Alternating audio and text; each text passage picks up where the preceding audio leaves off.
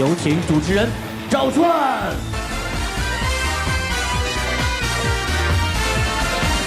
谢谢现场的观众朋友们，谢谢大家。欢迎电视机前的观众朋友走进天津卫视的大型情感节目，来看看我们今天请到的几位老师是谁？他们是著名的节目主持人莎娜老师，欢迎。大家的老朋友，来自华谊嘉信的高级副总裁曲伟老师，欢迎。著名的心理专家白燕怡白老师，欢迎。当然还有你们的爱情导师涂磊涂老师，欢迎。好了，电视机前的观众朋友，现在请拿出手机，扫描屏幕下方的二维码，添加爱情保卫战的官微，了解更多的情感故事，参与我们的情感在线互动。来看看今天第一对嘉宾朋友在他们的情感道路上遭遇了怎样的困惑？各位请看。我们两个也算是一见钟情，在一起时也很幸福。虽然在一起前就知道我们两个家乡隔得很远，但是我觉得不能因为害怕距离就放弃自己喜欢的人。然而即将面临毕业的我们，就要意味着分离。虽说爱情可以打破距离，可是如果分开3800公里，真的让我们很难相聚。只要两个人要在一起，距离根本不是问题的，我们一定可以找到解决问题的办法。我想把他留在身边，我一定要说服他。我想要和他在一起，我觉得我可以改变他的想法。掌声有请这一对，有请。贾先生21岁，来自黑龙江学生，有请小贾，有请。赵女士21岁，来自云南学生，有请小赵，有请。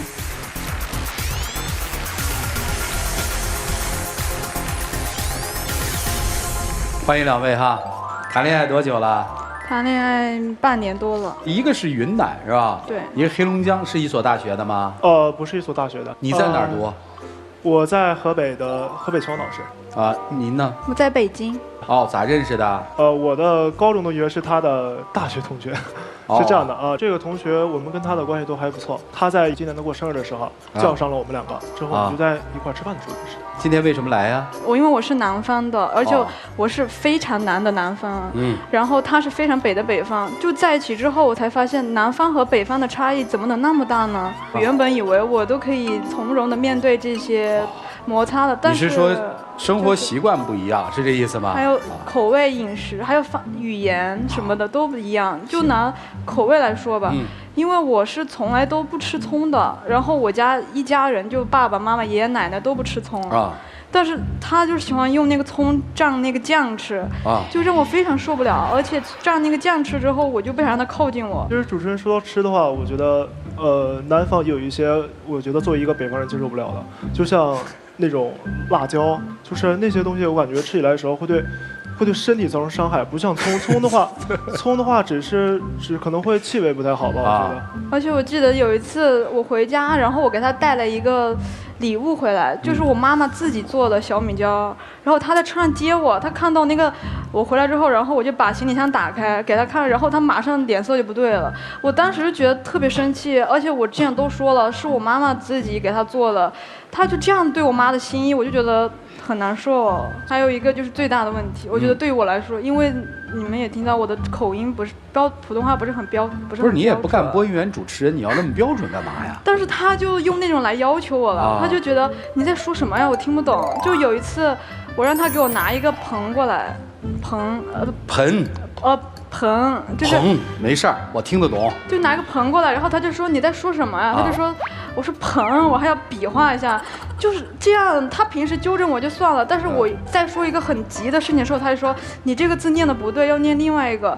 他不是应该先听我把事情说完再纠正吗？对。而且他老是在我同学面前就老纠正我，就觉得真的很，就让我觉得很没有面子。你什么专业啊？我是汉语言文学。可是他这个专业他需要考一个这个普通话的证的，而且他这个证是需要一个比较高的等级，对他以后的发展比较好，是有好处的。所以说在我们知道他要考这个普通话的考试的时候，我觉得就很有必要在在这段时间里边潜移默化的帮忙改变一些。虽然我的可能也不是很标准，不过我希望多少会帮助到他一些。而且我总觉得他太固执了，就从这件事情之后，每一天他就开始用他的思想强加在我身上啊。就是怎么说呢？比如说我讲了20多年的这样的话，你让我一时半会儿改，肯定改不了。但他就老是用他的想法加到我身上。就还有我平时说方言的时候，他就老觉得不想让我说方言。但是我和我妈讲话肯定得说方言吧，但他就老说你就不能让我听懂一点儿，就老把他的想法加到我身上这样。人家跟自己的妈说方言有什么毛病吗，兄弟？可是我真的听不懂，就是他总担心我跟我妈说他的坏话，就老是在像间谍一样在那听。然后我一开始都会跟他讲，就是我讲啥了，但是后面每次都要讲的话，就感觉要复述，就觉得真的还蛮累的，一天都要复述几遍啊。我就是觉得知道对我还是有好处的，因为有什么好处？你听这玩意儿干什么呀？谈你的恋爱不就得了吗？这较劲，你这是真较劲。等于姑娘给自己的母亲打电话，她也想知道是为什么。对。然后搬人家说普通话，是这意思吗？对。对啊，有这么大的差异，我不觉得这地方，我觉得是两个人的性格上。还有别的吗，姑娘？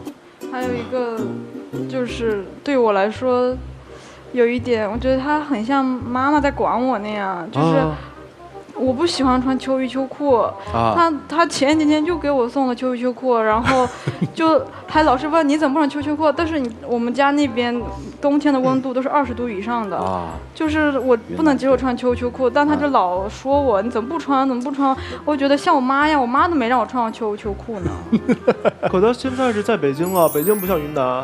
北京这边天气都是会零下的，冬天的时候都是会零下的，到这边是一定要穿的。这是一片心意，你别想歪了，你们都想多了。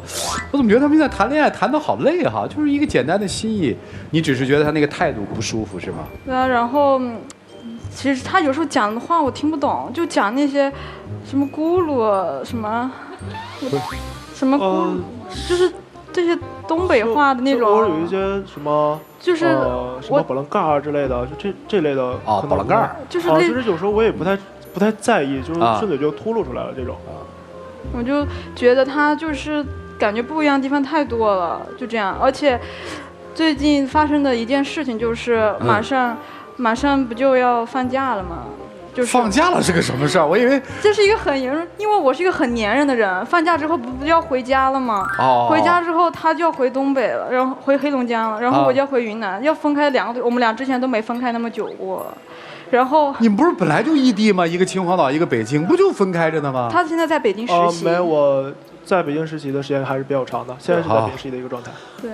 你们说的大事就是要放寒假了，不是放，确实放寒假了，你要回家了是吗？好像回家之后，我就想约他去云南玩啊，然后他就说什么云南那么远，有什么好去的？就说什么还说不下雪，就是老是这样说，然后老跟我说他黑龙江咋地，就是觉得黑龙江的冬天就感觉还算是比较不错，感觉有冬天那种气氛，你知道吗？而且他也跟我说过他挺喜欢雪的。本来也打算是去看一看的，但是我觉得第一次不应该是男生去找女生吗？但是他就老觉得不行。其实这个事儿，虽然是寒假吧，寒假让我们两个会让我们分开一段时间吧。但是这个我们看到一个其他的，就是我们即将大学毕业了那以后我们在哪儿呢？我们每个冬天他都跟我回东北，还是说我每个冬天都跟他回云南？我们以后在就业的时候面临一个选择，我们应该怎么办？因为我在家特别怕我爸爸，就是什么都是我爸爸一手操办的，然后他以后是一定要让我回云南工作的，甚至考研也要考在云南，然后我是觉得我不可能说服我爸的，然后，但是他就一直觉得想把我带回东北去，就那种语气，但他就都没考虑我在想什么你想什么？你告诉他呀。我就是想把你带回云南去，所以跟他爸没什么关系，你知道吧？你咋想的呀？谁的家人都希望孩子带着自己的另一半去回到自己家里，完了能多陪陪他们。既不去东北，也不回云南，去第三方，行了吧？其实我觉得不就完了吗？心里都平衡了吗？这样也对，这样是平衡了。但是其实对于我们两个人来说，都在亏。我们两个人本来他想让我去他家，我想让他去我家。如果我们两个选择一个第三方的话，我们两个人谁都没有如心所愿。我觉得这样，不是为什么一定要回家呢？我也没想明白。不是说相爱的地方就是家吗？有爱人在的地方就是家吗？其实这也不是的，我觉得啊，因为我是从小就很怕我爸爸那种，就是除非他能把我爸爸说服了。不用他说服你爸，只证明他魅力不够。而且我自己，你敢去云南说服人家爹吗？说我就把你女儿带走，人家说了，除非你能说服我父亲。如果真要带走，就不跟他父亲说了。啊，姑娘还是回云南吧。啊，就人家把闺女养这么大了，你连个招呼都不打，你觉得合适吗？如果他真的想跟我走，我觉得这样是合适的。哦，如果他真的想跟我走，他就这样，就是他一点都不考虑。你看他就讲这样，那你就跟他分开呀。我不要。所以他们就较劲嘛。你看这俩人在这别别扭扭的。我想让大家一起说服他，让他多，因为你看我现在讲，他都完全把他挡掉了，我讲的话就屏蔽了啊。你像我现在跟他讲就屏蔽了，就像我想让他听见我在讲什么，他能明白我在想什么，他不要老。所以今天如果达不成协议的话，你们会分手吗？你想跟我分手吗？哎呀，我发现我们这思维不在一个思维点上，还是你们来吧，一起进入丘比特问卷。来，珊娜老师，你年轻，你了解他们啊，你说说啊。看到女方从箱子里面拿出了这个小米椒，脸色马上就变了。为什么？因为只想到了自己，从来没有想过这个小米椒从何而来，是谁给你的，是谁亲手做的，这些事情你全部都没有考虑，只想到自己。女生也一样，一谈到去哪儿的问题呢，就说我爸爸说了，我特别害怕我爸爸。也一样，只想到自己，没有考虑过，可能他也怕他妈妈。两个人一南一北，吃不到一起，兴趣不同，玩不到一起，什么不到一起都不重要。最可怕的是什么？最可怕的是我从心底瞧不上你。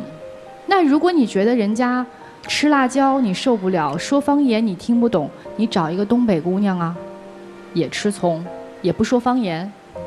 要么你干脆为了他学云南话呀，你也不学。所以说你们现在需要放下自我，多为对方考虑。如果说感情没到那一步，那我们就更不要考虑未来什么结婚去哪个城市。你们现在是在杞人忧天，活在当下最重要，过好现在的每一分钟，把握好现在的每一分钟的感情最重要，好吗？谢谢你们。谢谢珊娜老师。来，齐总，你们之间遇到的问题，在我们看来都不可能成为问题，方言呀、吃饭的习惯呀，等等等等，南北的差异呀，那为什么在你们之间会形成这么大的障碍呢？只能说明一点啊，你们现在互相还没有爱上对方，只是喜欢。喜欢和爱的区别就是到底看把私心留给自己多少，又为对方考虑了多少。前者自己有私心，不为对方考虑，这就是只是喜欢而已嘛。你看你们在谈论到未来到底去南方生活还是去北方生活的时候，想到的第一都是我自己去了之后会面临什么。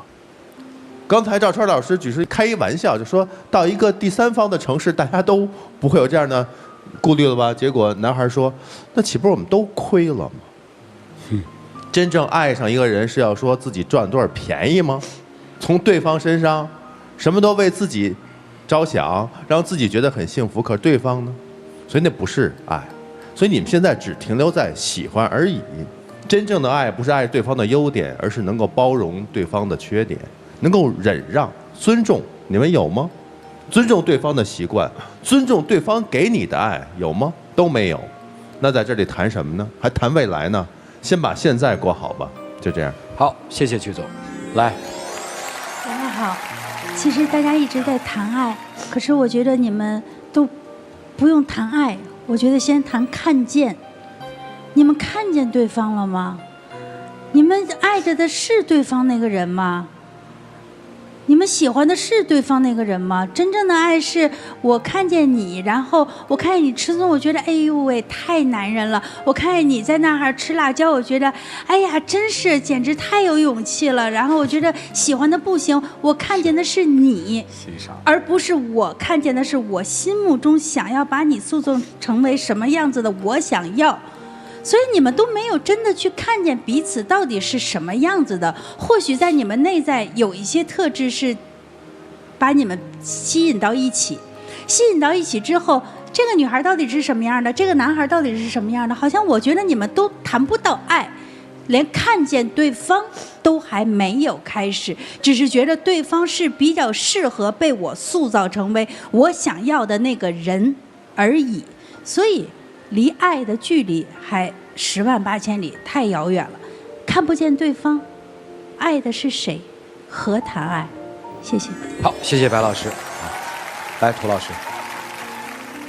无论是北方的雪，还是南方的云，其实都好看，但最关键是看景色的心情，而心情来源于你身边的人。其实躺在家里，那都是熟悉的味道，那出去都需要一份勇敢。但是可见你们俩都没有这样的勇敢去跨越千山万水。有的时候，当你喜欢上一个人的时候，你就会特别好奇，是什么样的土壤和环境会养成一个我爱的人。我就特别想到他的家乡去看一看，看看他的父母，看看那块土壤，看看那样的风土人情，为什么会塑造出这样的一个女子和这样一个男子。这是很正常的，这就是为什么因为喜欢上一个人而了解的当地的文化，喜欢一座城和那块土壤。但我似乎没有看见你们俩好像有这样的好奇。而至于你处处的都是不尊重，所以你有很多都是伟大男子主义。如果一个人爱一个人，但是不尊重他的家庭的话，他很难从头到尾真正的接受他。因为我就是那块土壤铸造出来的，明白吗？我们每个人都应该尊重自己出生的地方。对，坦率的来说，在这个舞台上，有好多男女都觉得这个地狱不是事儿，到你们这儿这地狱变成了这么大的事儿。其实说白了，还是自己内心不够勇敢，爱没到那个程度吧，好吗？就这样。好，谢谢涂老师。我们上这一课就是希望那个所有的女生都清晰一些。当一个男人试图改造你、改变你的时候，而他对你的家庭、对你家庭的一些处理的方式、对你生活的那个家庭不完全尊重的时候，其实我觉得就要远离，这个是一定要远离的。尤其男生那个想法，从今天去改变吧。我原来觉得距离并不是什么问题，但是我觉得以你这样的态度来讲，距离真的是一个不可逾越的一个鸿沟，就感觉，我觉得你这样，我实在是不能接受。我觉得我还是要好好思考一下我们的关系。刚才听老师讲，我也觉得他们讲得很对，我们太爱自己了。其实我觉得咱们两个，之前都太在意咱们的实地距离了。其实咱们一直都没有好好照顾彼此的感受和咱们所谓的心的距离。我觉得咱们真的需要好好考虑一下。那就亮灯吧。谢谢两位，请回吧。啊，谢谢你们。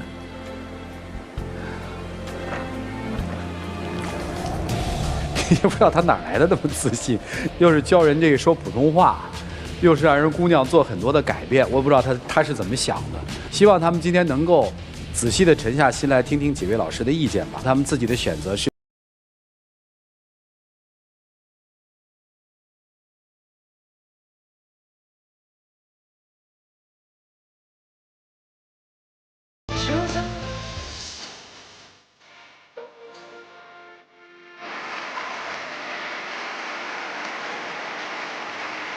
有请我们的小花同有请。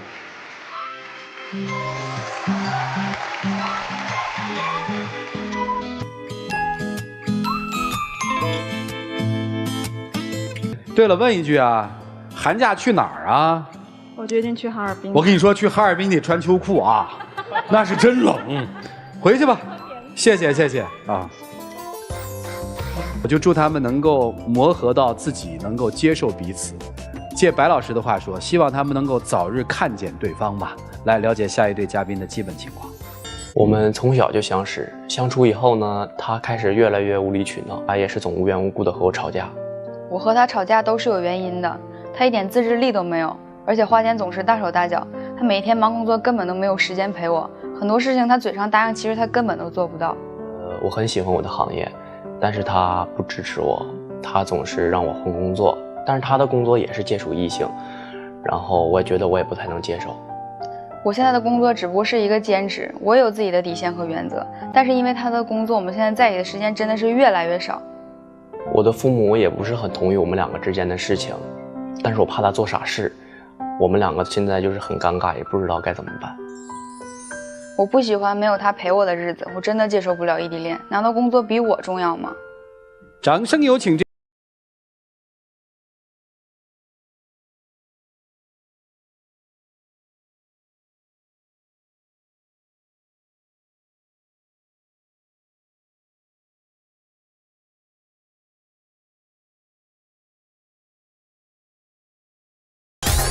欢迎两位哈，一个黑龙江，一个吉林是吧？对。但是好像说两位号称是青梅竹马，哦，发小，加在一起哈。哦，说的是祖籍是吧？对，祖籍。中间也是矛盾特别多，总是无缘无故的吵架。啊。就说吃个饭嘛。啊。那我平时吃个饭以前可以，现在怎么吃个饭都不行了吗？那你说总是在生理时期的时候吃那些凉的、辣的。那行，咱也不说吃饭，那逛街怎么了？我想买点东西都不行吗？你总买那些什么平衡车，你说你平常在家玩都可以，但是你上下班也要用。你上下班那玩意儿多危险呢！从2道区到那朝阳区，你又不知道多少公里，多么危险！那我能给你买吗？我像你一样浪费钱了吗？你是一个大男生，买1-2千的香水。你出门有必要吗？我一个女生都没说买1-2千香水像你那么精致，还得喷点香水。男生嘛，喷点香水很正常。反正我觉得我买的香水肯定是必须得是，我要觉得能实用，而且我觉得价格合适我才会买。那我不说你买香水，你打游戏呢？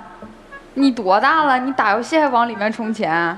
打游戏充钱不很正常吗？那不就是浪费钱吗？你答应我多少次了？我说攒钱。我俩说好了，就是每个月就是都要攒些钱，因为已经步入工作了，也不小了，就是想有些积蓄。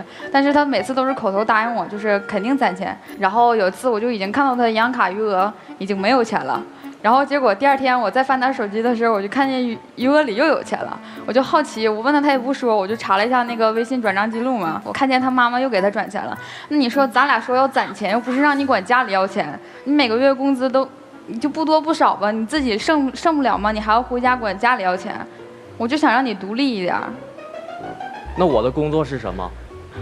我的工作是，主持人你可能不知道，就是我肯定不知道，你说吧。就是我这个专业呢，因为我是学京剧表演的，因为我们这个平常排戏演出的钱都特别少，然后加上我俩在一块儿的时候，我俩经常出去，吃饭啊什么的，每个月肯定剩不了多少钱。那你觉得这是在乱花钱吗？那你答应我攒钱攒到哪里去了？不还是月月都没吗？然后管家里要钱。我也不是每次都有要，而且是因为实在是没有钱的时候我才会管家里要钱。那你为什么要骗我呢？你答应我换工作，你换哪里去了？我这个专业属于是我的梦想，我不能轻易的放弃这个专业。那你为什么要答应我换工作呢？你说每次排练，他是学戏曲的嘛，经常就是武生嘛，我老生，然后经常有一些就是翻跟头啊什么的。你说从2-3米高的地方翻下来，然后不是摔到那儿就摔到那儿，他才20多岁就腰肌劳损，你看你身体都什么样了？我觉得就是我干的这个专业，我付出的辛苦，我认为我受的伤是应该的，我不认为这是。像你所说的，说受伤让我换一个专业，这是很正常的。那不止你受伤，还有呢。那你每次临要演出的时候，你半个月、1个月不回家，咱俩是谈恋爱呢。我一直在，我也很认真的是，我也知道是在谈恋爱，但是咱们就是我这个专业，包括就是经常出去排练，而且有很多演出都是临时通知的。就是前一天晚上才跟我说，而且这种情况你也是知道的。就是他在公司就是一个老好人，只要有人需要他帮忙，他就去配个角啊，对个戏啊。那你说你上班的时候不说什么，你下班呢？下班人家找你你就去，你就不能留点时间给我吗？你多陪陪我不好吗？我们每天白天排戏。那你白天排戏，你说白天排戏我更想笑。那你至于晚上去女同事家对戏吗？你咖啡厅不能对吗？公共场合不能对吗？你要到人家家里去对戏，你对戏你排练的时候我不是没去看过，拉拉扯扯的，你让我怎么想？我好受吗？那你到他家里对戏是不是也拉拉扯扯，然后搂搂抱抱的呀？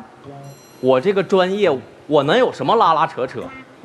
什么叫老好人？我们剧目之间就是应该，比如说谁要是请假了，谁要是特别需要我们的帮助什么的，就是互相帮个忙。就没有你说的像那我们。那你身体不好的时候，你那些给他们配戏的人呢？有人管你吗？不每次去还是我带你去的吗？谁管你了？最简单的，我就是想让你换一份工作。我也想换。你为什么要骗我呢？首先说，我这个不是存在欺不欺骗，我热爱这个东西。你这是善意的谎言呗。梨园行对吧？对。多大学的戏啊？6岁。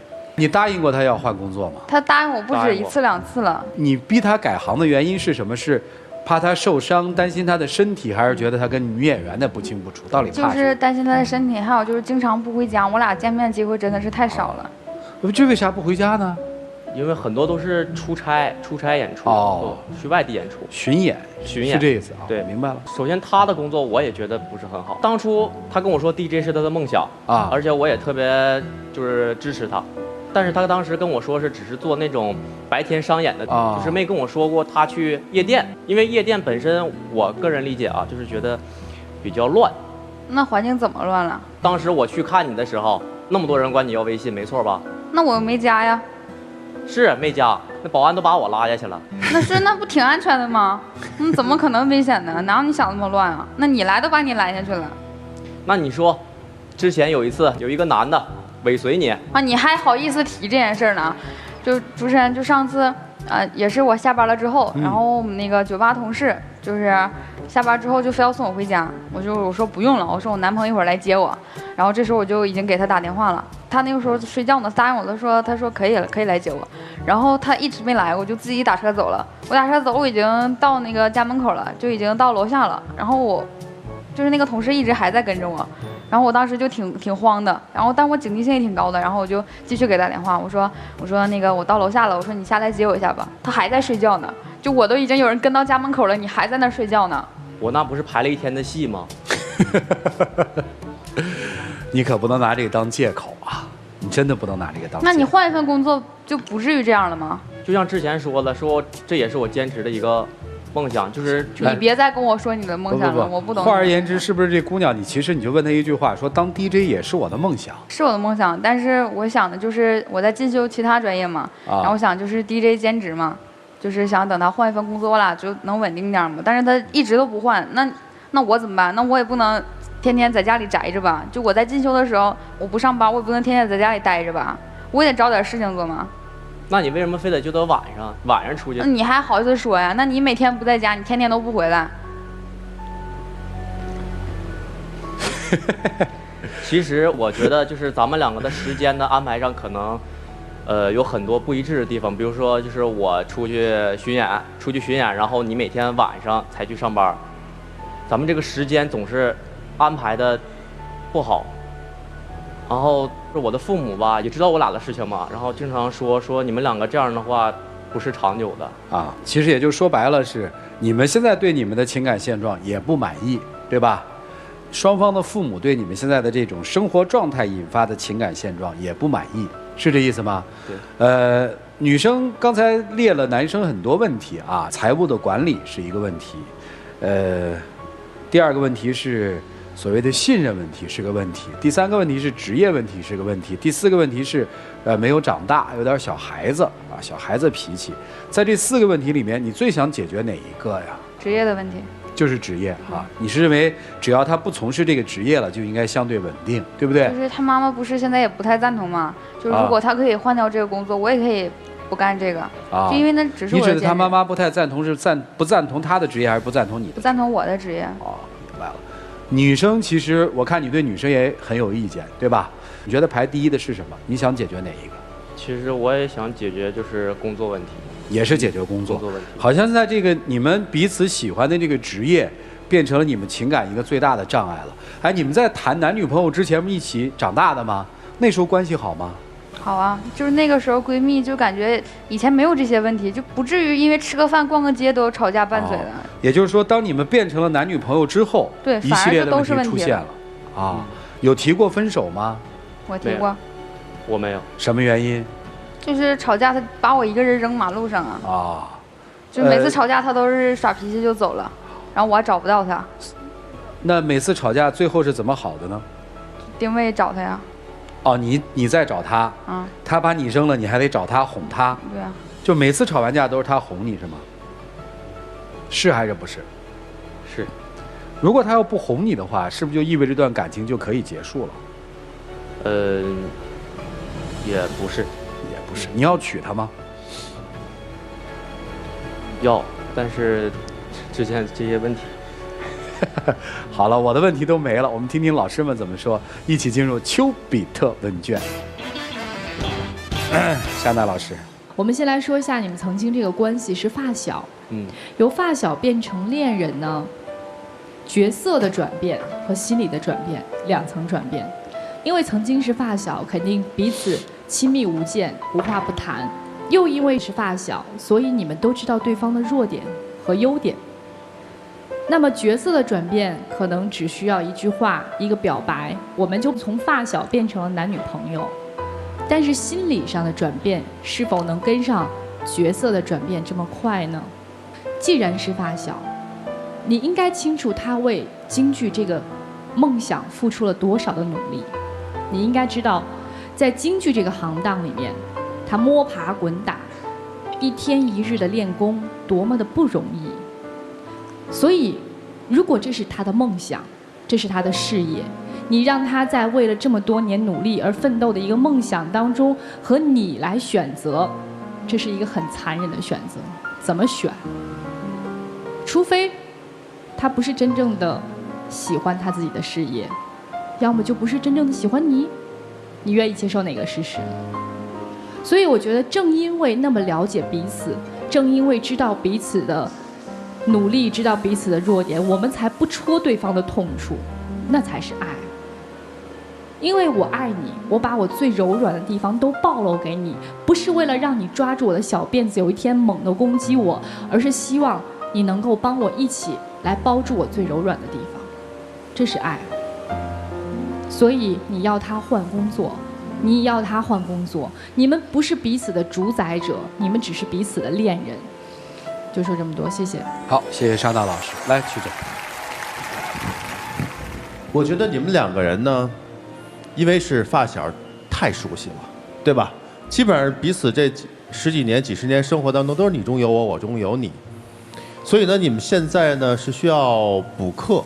第一，正常的情侣呢是从陌生人，然后到认识，然后深知之后再去相爱的，中间就会有新鲜感、好奇心。这是你们要补的课。第二一个，因为有了新鲜，有了好奇，是两个从陌生到相识，他们之间是有敬畏感的。先说新鲜感，好像你们的感情基础很深厚，彼此呢太熟悉了，所以一定是缺少那种想去了解对方，满足自己好奇，然后呢给你的这种惊喜。你们中间没有惊喜。一切全都是我们很熟悉、默契，但是呢，就有点提前进入了老夫老妻的那种状态。你们中间缺少激情，不要整天就困于那种老调同禅的那些问题，给一些新鲜的东西，培养一些共同的兴趣爱好，对不对？这是第一个要补的课。第二个呢，就敬畏感。这会儿其实一个问题出现了，就是6岁开始，男生对吧，就开始学这门。这国粹也好，这事业也好，居然女生要把这个说你要换工作，你觉得这里面是不是有一层？你说我们感情这么深厚，我去把他这个事业拔掉的话，不会影响我们感情的。错了。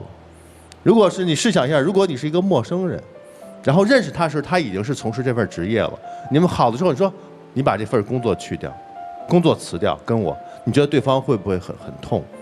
但这就是敬畏，你对他没有敬畏了，你觉得都可以，因为我们不可能分的。但是怎么不可能分？如果这2门课不补上的话，你们随时可能会分的，明白吗？就这样。好，谢谢曲总。来，白老师。两位好。我记得我年轻还单身的时候，有人给我介绍过一个对象，然后我也去见了，那个男人也挺好，说实话也比较符合我对于男性的一种期待。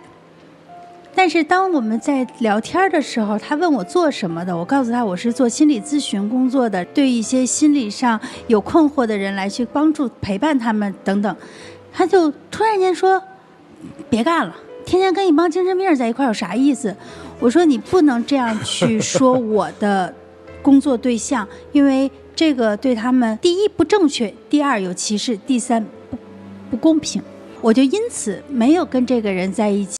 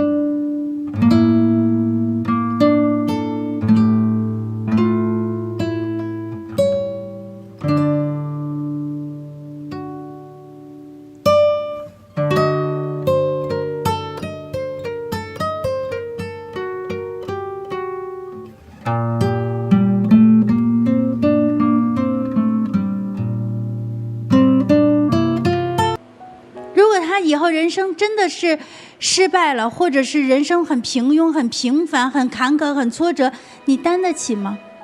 所有的一切他都会说，我是因为你，我的人生才会如此。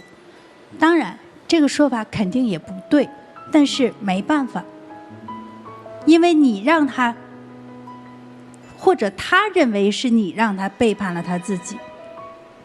所以很多的时候我们去要求别人来把我搁在第一位来去做一个选择的时候，其实真的分量挺重，重的有的时候我们自己都不知道。每一个人都应该为自己去负责，你到底要不要从事继续你的事业、你的职业、你的爱好、你的梦想等等，跟这个女孩子也没有关系。有事业依然可以在忙碌的时候让你爱的人感受到你在思念他，有事业依然可以让你爱的人在你忙碌的时候感觉你的牵挂，这个不冲突。所以是梦想也好，事业也好，这个框不是什么东西都往里能装的。你们二位且行且珍惜。谢谢。来，涂老师，你们有没有想过，如果你们俩要是分手的话，还能回到当初的友谊吗？想过这事儿吗？人如果长期的在一起相处1年、2年、3年、4年，甚至10年的时候，我们就会形成一种错觉，就是明天还会见面，对方会习惯性的在你的生活当中出现。我们本来以为友谊转变为爱情那是亲上加亲的事儿，但事实上我们发现，当2个人更加接近的时候，就会侵占对方的领域。2个人还是同事或者是朋友的时候，反而会彼此尊重。那你做你的事业，我做我的事业，而且还会抱有欣赏。但是当知道你马上要变成我的人，我要变成你的人的时候，你倒反而发现学不会彼此尊重的。因为你即将进入我生活当中最重要的领域，你们现在就出现了这样的错觉。太过于亲近，太过于角色的转变，成为爱人，并不能成为我们不尊重对方事业的理由。尊重对方的兴趣爱好的理由。你们当初作为闺蜜、作为发小的时候，你们应该是彼此尊重对方的事业的。你觉得他学京剧不错啊，甚至在舞台之上你会认为那是一种精彩。那为什么现在成为爱人了之后，你倒觉得这份事业成为了你们感情的牵绊？那就是因为你觉得我不仅了解你，而且我要伴随你的一生，所以你的事儿也是我的事儿。但我想其实告诉你，甭管是成为亲人还是爱人，事业始终是自己个人的事儿。虽然事业所带来的附加价值能够成为家庭的经济支撑，但事业上的价值、认同感，只有自己才感受得到。你做 DJ 能够给你带来什么样的风采，只有你自己领略到，他是领略不到的。他会因为你做这份事业充实高兴，所以他也高兴。所以一个非常基础的道理，爱情、婚姻是爱屋及乌，不是这件事情我认为怎么样，而是他认为怎么样。我因为他的情绪波动而产生我自己的喜怒哀乐。所以我倒认为你们应该退回去，退到原来友谊的状态去想一想，当初的尊重是为什么，而现在又为什么喜欢对别人的生活横加干涉？你说呢？行，就这样。好，谢谢涂老师。我其实觉得你们俩分手比较好，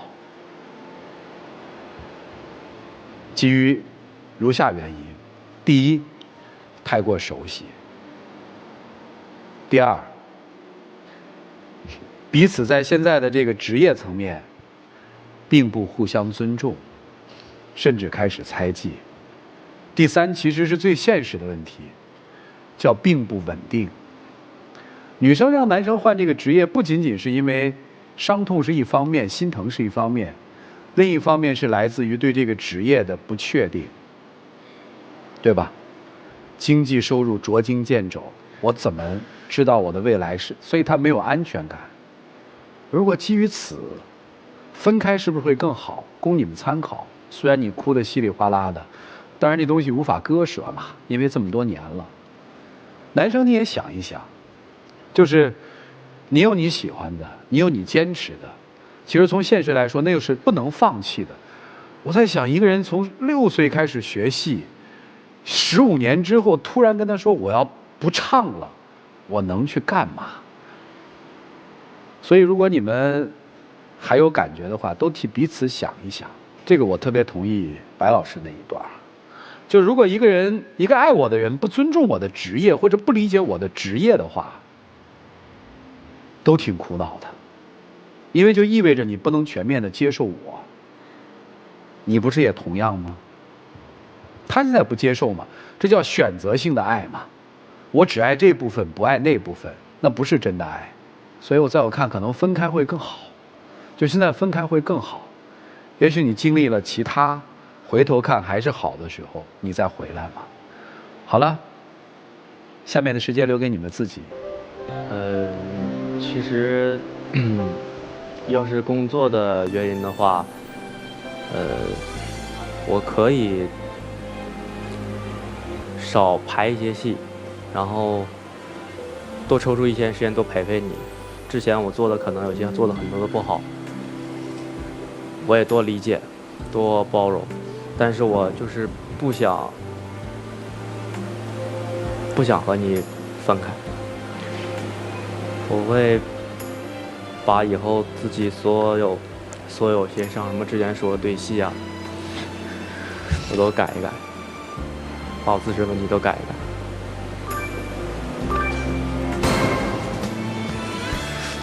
请亮灯啊！谢谢两位年轻人，请回吧。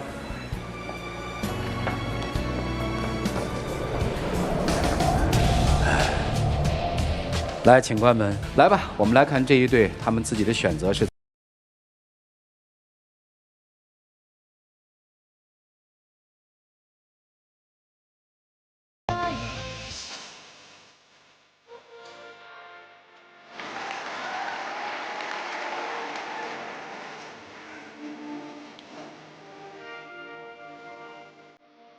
有请我们的小花童，有请。好好谈恋爱，别急着结婚啊！谢谢你们，请回啊。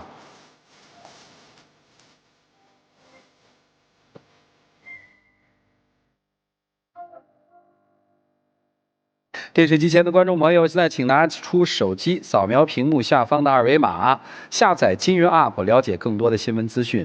接下来，让我们一起进入金云中央厨房伊贝诗爱情保鲜剂。有网友提问：我和老公认识快8年了，结婚1年多，宝宝也快1岁了，可是最近呢，一直在闹离婚。他的微信开了小号，同时和几个女的玩暧昧，被我发现了。他不但不觉得自己有问题，还和我说已经发生了又能怎么办？而且他喜欢玩游戏，孩子也都是我一个人带，从来得不到关心，也不会去帮我带孩子。这段婚姻我是不是该放弃了？我感觉我的心已经都死了。与异性暧昧是对你的背叛，不关心孩子是对孩子的背叛。面对爱情的叛徒，我们需要的不是眼泪，而是坚强。与其在痛苦中持续磨叽，不如在决断中拿出魄力。你会明白，重生总是得先以告别为前。下期节目再见。